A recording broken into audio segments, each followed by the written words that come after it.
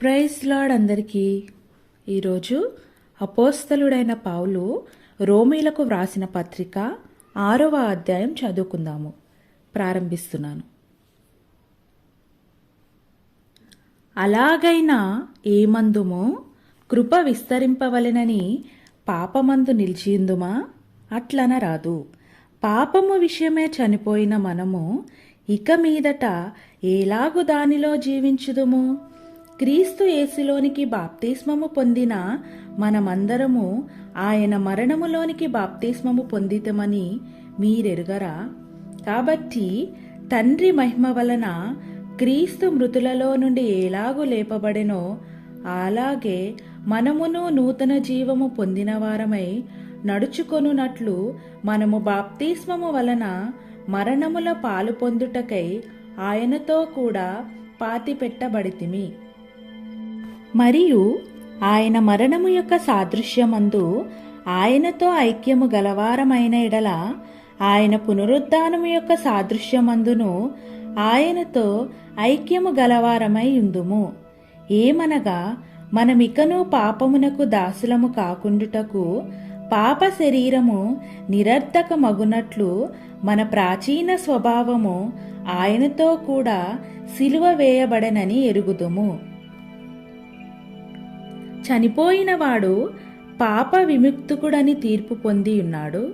మనము క్రీస్తుతో కూడా చనిపోయిన ఎడల మృతులలో నుండి లేచిన క్రీస్తు ఇకను చనిపోడనియు మరణమునకు ఇకను ఆయన మీద ప్రభుత్వము లేదనియు ఎరిగి ఆయనతో కూడా జీవించుదమని నమ్ముచున్నాము.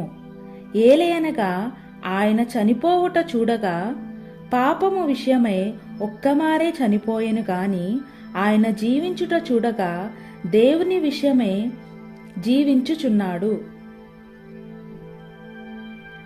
అటువలే మీరును పాపము విషయమై మృతులుగాను దేవుని విషయమే క్రీస్తు యేసునందు సజీవులుగాను మిమ్మును మీరే ఎంచుకొనుడి.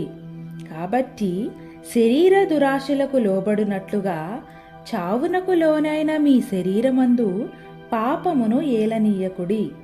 మరియు మీ అవయవములను దుర్నీతి సాధనములుగా పాపమునకు అప్పగింపకుడి.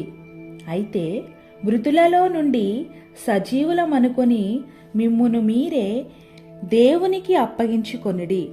మీ అవయవములను నీతి సాధనములుగా దేవునికి అప్పగించుడి. మీరు కృపకే గాని ధర్మశాస్త్రమునకు లోనైన వారు కారు గనుక పాపము మీ మీద ప్రభుత్వము చేయదు.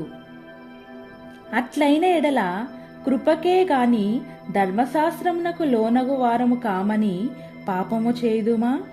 అదెన్నటికినీ కూడదు. లోబడుటకు దేనికి మిమ్మును మీరు దాసులుగా అప్పగించుకొందురో అది చావు నిమిత్తముగా పాపమునకే గాని నీతి నిమిత్తముగా విధేయతకే గాని దేనికి మీరు లోబడుదురో దానికే దాసులగుదనని మీరెరుగరా? మీరు పాపమునకు దాసులై ఉంటిరి గాని ఏ ఉపదేశ క్రమమునకు మీరు అప్పగింపబడితిరో దానికి హృదయపూర్వకముగా లోబడిన వారై పాపము నుండి విమోచింపబడి నీతికి దాసులైతిరి. ఇందుకు దేవునికి స్తోత్రము. మీ శరీర బలహీనతను బట్టి మనుష్య రీతిగా మాట్లాడుచున్నాను. ఏమనగా అక్రమము చేయుటకై అపవిత్రతకును అక్రమమునకును మీ అవయవములను దాసులుగా ఎలాగో అప్పగింతురో అలాగే పరిశుద్ధత కలుగుటకై ఇప్పుడు మీ అవయవములను నీతికి దాసులుగా అప్పగించుడి. మీరు పాపమునకు దాసులై ఉన్నప్పుడు నీతి విషయమై నిర్బంధము లేనివారై ఉంటిరి. అప్పటి క్రియల వలన మీకేమి ఫలము కలిగెను? వాటిని గురించి మీరిప్పుడు సిగ్గుపడుచున్నారు కారా? వాటి అంతము మరణమే.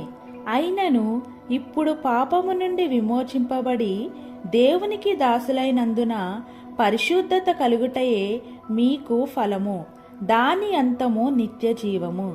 ఏలైనగా పాపము వలన వచ్చు జీతము మరణము, అయితే దేవుని కృపావరము మన ప్రభువైన క్రీస్తు యేసునందు నిత్య జీవము. ఆమెన్. ప్రభువైన యేసుక్రీస్తు వారు ఈ వాక్యమును మన జీవితాలలో నెరవేర్చునుగాక.